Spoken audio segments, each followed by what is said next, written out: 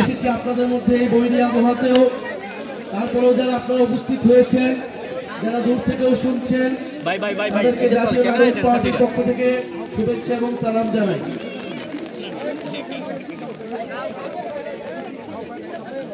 প্রিয় সংগ্রামী বন্ধুগণ, বৈরী আবহাওয়ার কারণে আমরা আমাদের কর্মসূচি দীর্ঘ করব না। শুধু যে কথাগুলো বলার জন্য আমরা আজকে এসেছিলাম পিরোজপুরে, যেই কথাগুলো বলার জন্য আমরা যাচ্ছি মানুষের দুয়ারে দুয়ারে, আমরা যাচ্ছি 64টা জেলায়। জুলাই গণ অভ্যুত্থান আপনারা জানেন, আজ থেকে ঠিক 1 বছর আগে বিশ্ববিদ্যালয়ের ছাত্ররা এই আন্দোলনের সূত্রপাত ঘটিয়েছিল। পরবর্তীতে শুধু ছাত্রদের আন্দোলন হিসেবে এটা থাকেনি, সাধারণ মানুষ, শ্রমিক, শিক্ষক, সকল ধরনের নাগরিকরা এই আন্দোলনে এসে অংশগ্রহণ করেছিল। এবং জুলাই গণ অভ্যুত্থানে রাজপথে বুকের তাজা রক্ত ঢেলে দিয়েছিল আমাদের সাহসী বীরেরা, সময়ের সাহসী সন্তানেরা। এবং আপনাদের পিরোজপুরেও সেরকম কিছু সাহসী সন্তান রয়েছে যারা শহীদ হয়েছিল। আমরা সেই সকল শহীদদেরকে আজকে শ্রদ্ধার সাথে স্মরণ করি। আমরা সেই সকল আহত যোদ্ধাদের যারা বক্সি দিয়ে লড়াই করেছিল তাদেরকে শ্রদ্ধার সাথে স্মরণ করি, শহীদদের আত্মার মাগফিরাত কামনা করি। জুলাই পদযাত্রায় আমরা আজকে পিরোজপুরের মাধ্যমে বরিশাল বিভাগে যাত্রা শুরু করলাম। প্রিয় পিরোজপুরবাসী, আপনারা জানেন যে জুলাই গণ অভ্যুত্থানের মাধ্যমে স্বৈরাচারী ফ্যাসিস্ট একটা সরকারের, শেখ হাসিনা সরকারের পতন ঘটেছিল। যেই সরকার 16 বছর ধরে জোর করে ক্ষমতায় টিকেছিল, মানুষের উপর এমন কোন নির্যাতন নাই যে এই সরকার করে নাই। গুম, খুন, নির্যাতন, দুর্নীতি, লুটপাট, ভোটাধিকার হরণ সবকিছু এই সরকার, গত সরকার করেছে। 3বার আপনারা ভোট দিতে পারেন নাই। ফলে মানুষ ক্রোধে রাজপথে নেমে এসেছে। শুধু সরকার বা রাজনৈতিক দল নয়, মানুষের উপর নির্যাতন চালিয়েছে পুলিশ, আমলাতন্ত্র এবং সরকার, রাষ্ট্রযন্ত্রের সকল বাহিনী। ফলে মানুষ এই যে পরিস্থিতি, এই যে জুলুমের একটা সরকার ছিল, সেই সরকার থেকে, এই জুলুমের একটা সিস্টেম ছিল, সেই সিস্টেম থেকে পরিত্রাণ চাইতে, পরিত্রাণের জন্য রাজপথে নেমে এসেছিল। আপনারা জানেন যে গণ অভ্যুত্থানের পরে আমরা বলেছিলাম দেশের সংস্কার লাগবে, রাষ্ট্রের সংস্কার লাগবে। আমরা পুরনো ব্যবস্থায় ফিরে যেতে চাই না, আমরা দুর্নীতির ব্যবস্থায় ফিরে যেতে চাই না, আমরা মাফিয়া তন্ত্রের ব্যবস্থায় ফিরে যেতে চাই না। আমাদের আন্দোলনের সময় আমাদের স্লোগান ছিল বৈষম্য, বৈষম্য বিরোধী সমাজ গড়তে হবে।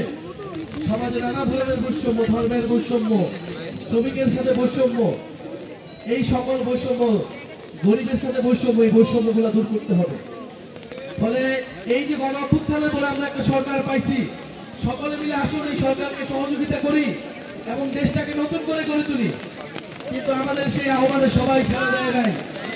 কেউ কেউ শুধু ক্ষমতা চাইছে, শুধু দ্রুত নির্বাচন চাইছে, সংস্কার তাদের কাছে গুরুত্বপূর্ণ মনে হয় নাই। কিন্তু আমরা বলছি সংস্কার লাগবে এবং এই আওয়ামী লীগের বিচার লাগবে এবং একটা নতুন সংবিধান লাগবে। সংস্কার, বিচার, নতুন সংবিধানের মাধ্যমে আমরা দেশটাকে পুনর্গঠন করব। দেশের অর্থনীতি, দেশের সংস্কৃতি সবকিছুকে আমরা নতুন করে ঢেলে সাজাবো। ফলে আমরা তার জন্য এখন লড়াই করতেছি। জুলাই গণ অভ্যুত্থানে হয়তো আমাদের সাথে অনেক দলমত ছিল, কিন্তু দেশের সংস্কারের পক্ষে আজকে যদি কেউ না থাকে, আমরা যে তরুণরা রাজপথে নেমেছিলাম, আমাদের আহ্বানে যারা আপনারা নেমেছিলেন, আমাদের আহ্বানে যারা এসে শহীদ হয়েছিলেন, তাদের প্রতি আমাদের দায়বদ্ধতা আছে।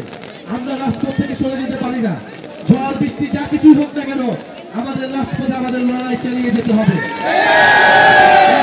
বন্ধুগণ, এই বৃষ্টির মধ্যে আপনারা দাঁড়িয়ে শুনছেন, আজকে পিরোজপুরে নদী ভাঙন থেকে শুরু করে, মাদক কারবারি থেকে শুরু করে, চাঁদাবাজি, দুর্নীতি, দখলদার নানান সমস্যা এই পিরোজপুরের মানুষ জর্জিত।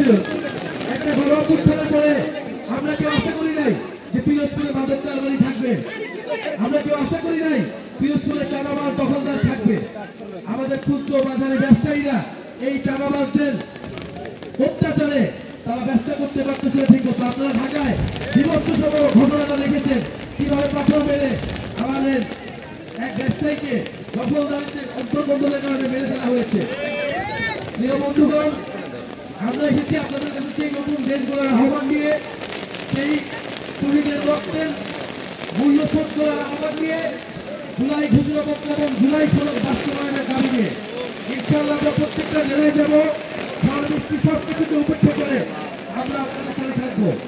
আরেকটা কথা বলতে চাই যে আপনারা জানেন যে ফেনীতে বন্যা হচ্ছে, বন্যায় বিপর্যিত হয়ে গিয়েছে। গত বছর এই সময় ঘটনা হয়েছিল এবং আমাদের ছাত্র তরুণ সবাই কিন্তু সেই বন্যায় ঝাঁপিয়ে পড়েছিল। কিন্তু সেই বন্যা সমস্যা করার জন্য আমাদের প্রয়োজন, দীর্ঘমেয়াদী ব্যবস্থা প্রয়োজন। সেই ব্যবস্থা নিতে হবে। ফেনী জেলায় যারা এনসিপি নেতাকর্মীদের কার্যক্রমে সহায়তা করছে তাদেরকে ধন্যবাদ জানাচ্ছি। আমাদের কথা শুনছেন, আমরা রাজপথে আছি, আমরা থাকবো।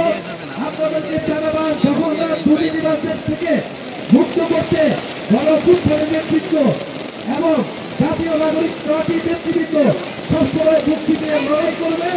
আমরা গণঅভ্যুত্থানের পথে বাংলাদেশকে নিতে চাই এবং যারা বিরোধী আছেন হিন্দু মুসলমান বৌদ্ধ খ্রিস্টান সকল ধর্মের মানুষের প্রতি আমাদের আহ্বান, সব ধর্মমত নির্বিশেষে বাংলাদেশকে আমরা একটা ইনসাফের রাষ্ট্র, দায় দরদের রাষ্ট্র হিসেবে প্রতিষ্ঠিত করতে চাই, যেখানে কোনো বৈষম্য থাকবে না, দুর্নীতি থাকবে না, আপনার আমার নাগরিক মর্যাদা প্রতিষ্ঠিত হবে।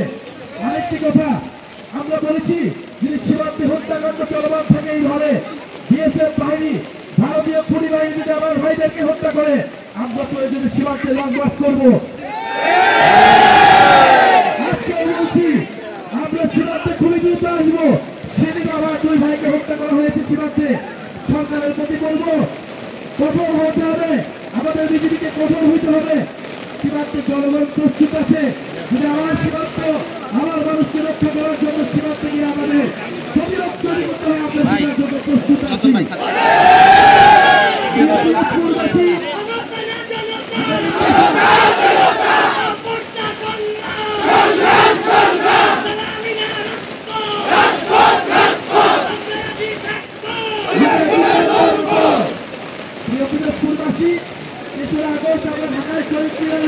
গত বছর এক দফা দিয়েছিলাম, এই বছর আমরা মানুষের যে সমস্যাগুলো আমরা শুনতেছি বিভিন্ন এলাকায় গিয়ে, আপনাদের এলাকায় যে শিক্ষা ব্যবস্থার সমস্যা, স্বাস্থ্যের সমস্যা, নদী ভাঙন এবং জলবায়ুর সমস্যা, কৃষি সমস্যা, এই সকল সমস্যা নিয়ে আমরা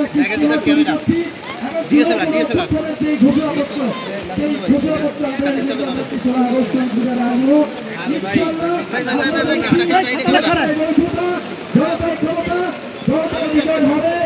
কোন শক্তি যদি মনে করে তারা ভয় দেখিয়ে, তারা পেশি শক্তি ব্যবহার করে, তারা প্রশাশক্তি ব্যবহার করে চাঁদাবাজ এবং লুটেরাদের রাষ্ট্র তৈরি করবে, আমরা সেটা হতে দেব না। রক্তের মাধ্যমে এই সরকার প্রতিষ্ঠিত হয়েছে, এই বর্তমান নতুন বাংলাদেশ প্রতিষ্ঠিত হয়েছে। সরকারকে বলবো সেই কথা যাতে তারা ভুলে না যায়। প্রশাসনকে অবশ্যই জনগণের পক্ষে দাঁড়াতে হবে। এই খবরটা না